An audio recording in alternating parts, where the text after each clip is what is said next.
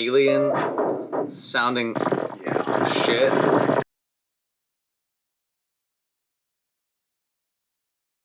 What do you think people are gonna like call your genre in like 10 years? Have you ever thought of that?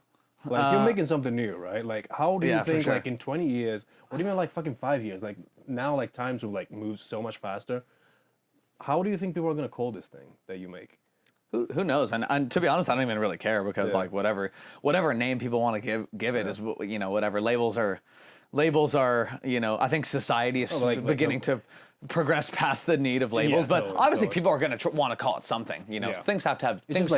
When people invented like grunge. Yeah, exactly. Like, when you have like grunge, like that's a label, right? But like it means fucking ripped out jeans and shit like that, and Nirvana and Smashing Pumpkins, which were never like even grunge per se. But now they fit into that category for sure. I think, I don't know. I mean, I have thought of a few genre names, but I also kind of want to like give people the chance to just like come up with something on their own just to see what happens. And like people, there's a like definitely a section of my fans that started calling it Jeris core. Jeris core? Yeah, Jeris core. Like it's just so like they couldn't even think of there's no way to like really define some of it, so they just name it after my name, which whatever, it does kind of fit. I don't really give a fuck if it's that, if it's something else. It's actually better that they're putting your name on it, because at least like I mean, obviously I wouldn't mind that. Of course I wouldn't mind that, but so, you know, I don't. But I also don't give a fuck about that. Whatever, it doesn't matter. It's just it's just like you know, like when you think about that type of thing, you know what I mean? It's like what is the future of rock gonna be?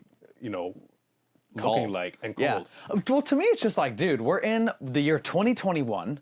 We're in the 20s, bro. Like, this shit should be said. We shouldn't be having rock songs that sound like they came out in, you know, 2002 anymore. Like, what? It's 20 years later, bro. Like, why don't we have rock music that sounds like it came out of a fucking spaceship yet? You know what I mean? Like, why? Why aren't we using the technology that we have, this crazy fucking thing? I have the world at my fingertips right here to make whatever the fuck I want to make. And people are still just like, I'm just gonna record some guitar on a tape machine. You're like, what the fuck, dude? Like, let's have some fun with this shit. Let's push the boundaries. Let's make something new. Let's push music forward in a way. You know, the rebellious music, the party music. Like, you know, I grew up with rock and roll as well. You know what I mean? And there's like so many rock bands right now that are, like you said, trying to sound like Motley Crue or like, you know, hard rock from the 80s and 90s, and it's like nobody wants to hear that. Like, we already had that. We had it, Like, we had it. You're not gonna do it better than Motley Crue. You're not gonna do new. You know, you're not gonna be a new metal band that's better than Korn or Slipknot or whatever. Like, because what those people were doing was different for the time. You know, they were inventing something new. Motley Crue and you know, like they were all those bands and stuff were pushing the boundaries in their own way. Why don't rock musicians push the boundaries anymore? People doing the same. The music is sounding the same. I stopped listening to rock and metal because I just started getting so bored of it all sounding the fucking same. It all sounds the fucking same, and I'm just like, dude, why does rock music from 20 years ago sound exactly the same as it does now? Why are the same songs, why when I could go to a rock radio station, it's songs from 20 years ago and not songs from today? Like, what? Bro, go to any other fucking station, a pop station, a hip hop station. They ain't playing shit from 20 years ago unless it's like the 90s at noon or some, you know, special hour of programming, which is like the old shit. No, they're playing what's coming out this year because that's what's relevant. Like, when you think about it that way, like, think about hip hop, right? And like, I was at a Super Bowl party and like we were watching whatever, I think last year, I don't remember who played last year. Was it The Weeknd? No, it was this year. The Weeknd played. This past Super Bowl. Whatever, this past one. And we're like looking at this fucking, at the show, and I was like amazed, right? I love The Weeknd.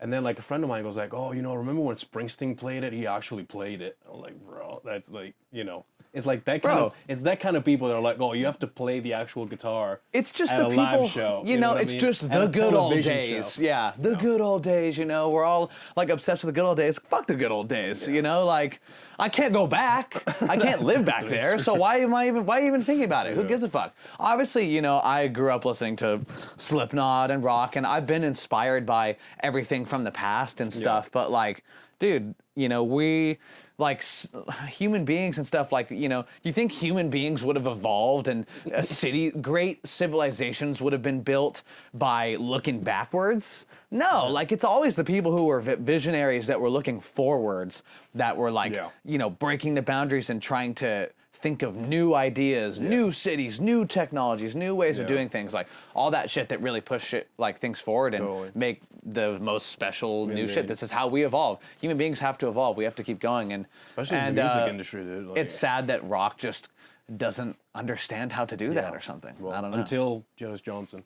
But what was the, like, was there like ever a record or like an artist or anything like outside of rock that you were listening to that kind of like made you like, you know, kind of sparked that, you know, vision of like mixing up rock with new shit? Like, you know what I mean? Like maybe something in hip hop they were listening to, or maybe there wasn't like an actual artist or an album. Like, yeah, there's never been one thing for me. It's always been like, you know, I think the most fun part about being an artist and like being able to like make your own music and shit is like that I get to make the music that I want to listen to. Yeah. You know, so it's like, yes, I love like all this hip hop stuff, and yes, I love some of this rock stuff, and yes, I love some of this crazy new fucking hyper pop stuff, and yeah, I listened to dubstep back, you know, 10 years ago, and I love Skrillex, and I love this stuff, and just like, you know, I get to take everything I love and try to make something new with everything I love that feels like me. Yeah. You know, and that's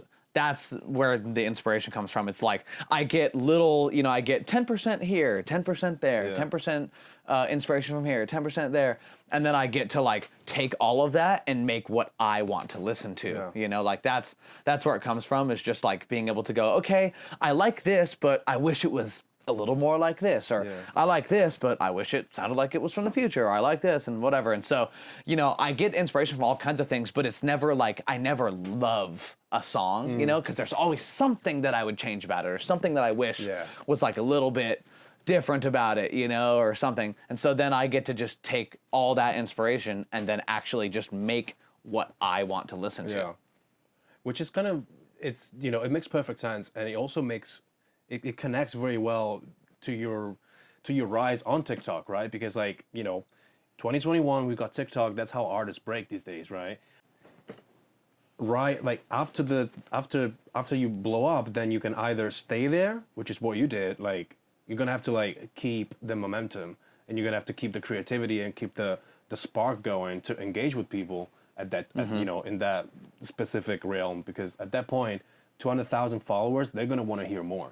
You know what I mean? Yeah. So you were able to keep that and like keep your shit together, right? But I knew right away. I knew that night that it was going viral. Like, okay, what's next? What's next? What am I gonna do? I started making ideas and producing, and I was aiming for like every other day, like post a new fucking TikTok, post a TikTok every other day, just go, because I knew that I needed to capitalize on this momentum. Because if you think about it, if I just let that viral video run its course, could it have run its course, and I, you know, could have gotten up to 300,000 or 400,000 followers just off that one video alone? Probably.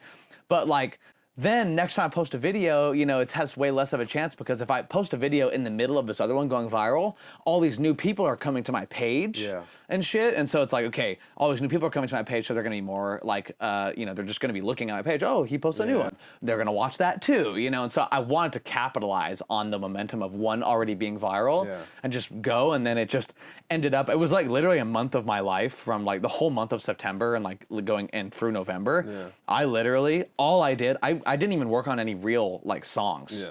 All I did was work on TikToks, all for 2 months straight, because I just knew like, I'm just gonna do this until I get 1 million followers, and then I can like maybe like coast a little bit. You hit the million. And I hit it in 2 months, and then I started going a little bit more into like album mode and stuff, and like started releasing some more shit, like the EP and Last Resort Reloaded, which was another TikTok. Yeah, but there you go. Like, so you became an actual artist from TikTok. You know what I mean? Like that's where I'm trying to.